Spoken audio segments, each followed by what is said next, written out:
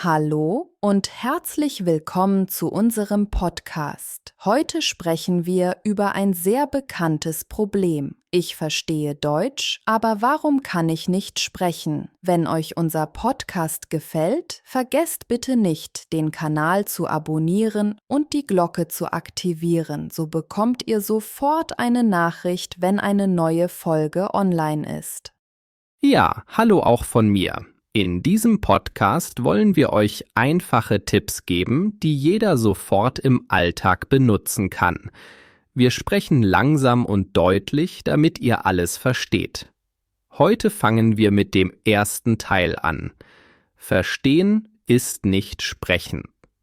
Weißt du, ich habe oft das Gefühl, dass viele Menschen ziemlich viel verstehen. Sie können Filme schauen, Nachrichten hören oder einfache Texte lesen. Aber wenn sie selber sprechen sollen, kommt fast nichts. Das passiert so vielen Leuten. Genau. Ich kenne das auch aus meiner eigenen Erfahrung. Am Anfang konnte ich fast alles im Unterricht verstehen. Ich habe Texte gelesen und Vokabeln gelernt. Wenn der Lehrer gefragt hat, ob ich verstanden habe, habe ich genickt. Aber wenn ich antworten sollte, war plötzlich alles weg. Mein Kopf war leer.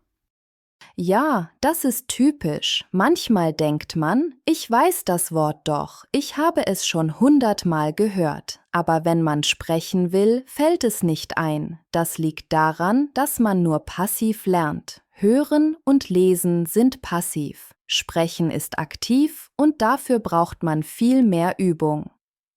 Stimmt, es ist ein großer Unterschied. Beim Verstehen ist der Druck kleiner. Wenn ich einen Film sehe, muss ich ja nicht sofort antworten. Ich kann einfach zuhören und raten, was gemeint ist.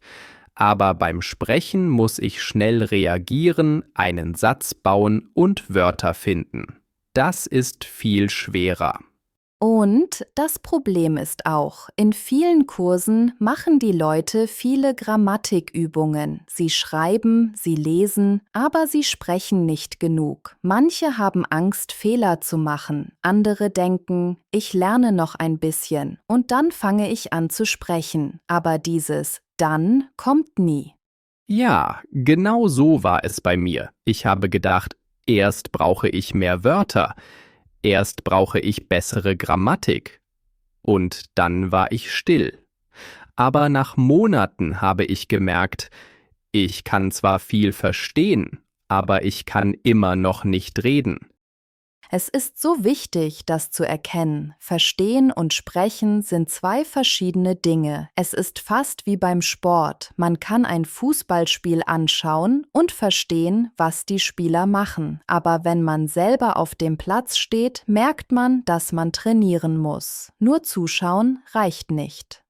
Das ist ein guter Vergleich. Beim Deutschlernen ist es genauso. Wenn man nur zuhört, dann trainiert man das Ohr. Aber wenn man sprechen will, muss man den Mund trainieren. Es ist wie ein Muskel. Wenn man ihn nicht benutzt, bleibt er schwach.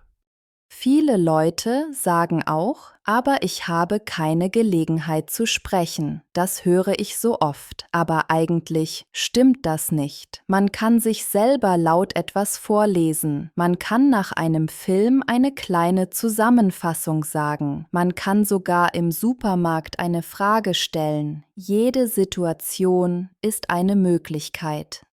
Ja, und manchmal reicht ein kleiner Satz. Es muss nicht perfekt sein. Man kann einfach sagen, ich suche die Milch oder wo ist die Kasse? Es ist besser, 3 einfache Sätze zu sagen als gar nichts. Das Wichtigste ist, dass man versteht, nur zuhören reicht nicht. Man muss reden, reden, reden, auch wenn es nicht perfekt ist. Jeder kleine Schritt bringt einen weiter. Genau. Und wenn man das akzeptiert, wird es viel leichter. Man merkt, das Problem ist nicht, dass man dumm ist oder dass man kein Talent hat. Das Problem ist einfach, man hat die aktive Übung nicht gemacht. Und das kann man ändern. Und genau an diesem Punkt kommt oft ein anderes Problem dazu, die Angst vor Fehlern und das Gefühl, unsicher zu sein. Viele Menschen verstehen, dass sie sprechen müssen, aber sie trauen sich trotzdem nicht.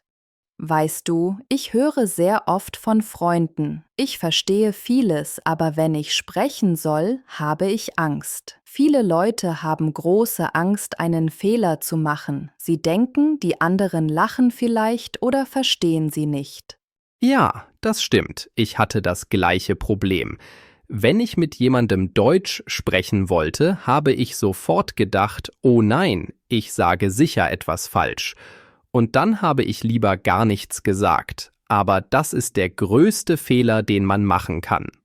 Genau, wir müssen lernen, dass Fehler normal sind. Jeder macht Fehler. Auch Kinder sprechen nicht perfekt. Sie sagen Dinge, die nicht richtig sind, aber sie sprechen trotzdem. Und nach einiger Zeit sprechen sie sehr gut.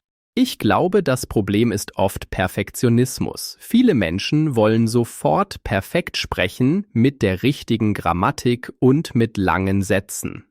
Aber das geht nicht. Sprache ist wie Sport. Man muss trainieren. Niemand läuft sofort einen Marathon. Richtig. Wenn ich zum Beispiel im Supermarkt bin und etwas nicht weiß, sage ich einfach: Entschuldigung, können Sie mir bitte helfen? Auch wenn ich ein Wort nicht kenne, das ist kein Problem. Die Leute sind meistens freundlich und helfen gerne. Ja, genau. In Deutschland, in der Schweiz oder in Österreich, die Menschen haben Geduld. Sie freuen sich, wenn man versucht, ihre Sprache zu sprechen. Es ist viel wichtiger, dass man mutig ist und etwas sagt, als dass man perfekt ist.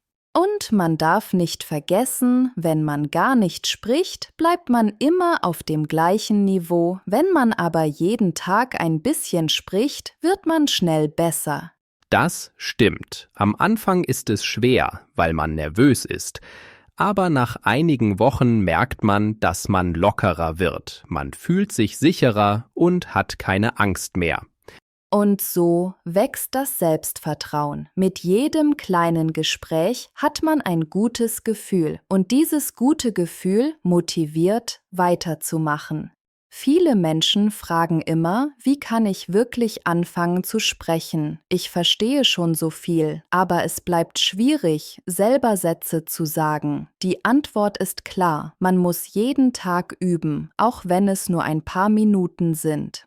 Ja, genau. Es ist wie beim Sport. Wenn man stark werden möchte, muss man regelmäßig trainieren. Mit Sprache ist es gleich. Ich habe mir angewöhnt, morgens beim Frühstück ein paar Sätze laut zu sprechen. Zum Beispiel: Heute ist es kalt. Ich gehe später einkaufen. Solche kleinen Übungen helfen wirklich. Eine sehr gute Idee. Ich mache das auch, wenn ich nach Hause komme. Ich sage laut: Ich bin müde. Ich hatte viel Arbeit. Jetzt koche ich etwas. So benutzt man einfache Wörter aus dem Alltag und trainiert das Gehirn. Es hilft auch, wenn man nach einem Film oder einem Podcast eine kurze Zusammenfassung macht. Man sagt einfach 2 oder 3 Sätze. Die Geschichte war spannend. Die Frau hat ihren Freund besucht. Das Wetter war schlecht. Das ist genug, um den Mund zu trainieren. Und man darf den Alltag nicht unterschätzen. Im Supermarkt, in der Bäckerei, im Café, überall kann man kurze Sätze sagen. Ein freundliches Guten Tag oder Ich hätte gern ein Brötchen sind schon gute Übungen. Ja, und manchmal reicht ein kleiner Satz, um sich sicherer zu fühlen. Wenn man das jeden Tag macht, wird es schnell besser. Wichtig ist, dass man nicht wartet, bis man perfekt ist. Man muss einfach reden, auch wenn es Fehler gibt. Genau. Fehler gehören dazu. Je mehr man spricht, desto kleiner wird die Angst. Und plötzlich merkt man, ich kann mich ausdrücken, ich kann ein Gespräch führen. Und das ist das Ziel. Man fühlt sich frei und merkt, dass man wirklich eine neue Sprache spricht. Obwohl es kalt ist, gehen wir im Park spazieren. Er bleibt zu Hause, obwohl er Zeit hat. Deshalb, Es regnet stark, deshalb nehme ich den Bus. Ich habe gestern lange gearbeitet, deshalb bin ich heute müde. Manchmal esse ich Pizza am Abend. Ich fahre manchmal mit dem Fahrrad zur Arbeit. Eigentlich wollte ich heute früh ins Bett gehen. Eigentlich habe ich keine Lust, aber ich komme trotzdem. Verstehen? Ich verstehe die Aufgabe nicht. Verstehst du, was der Lehrer sagt?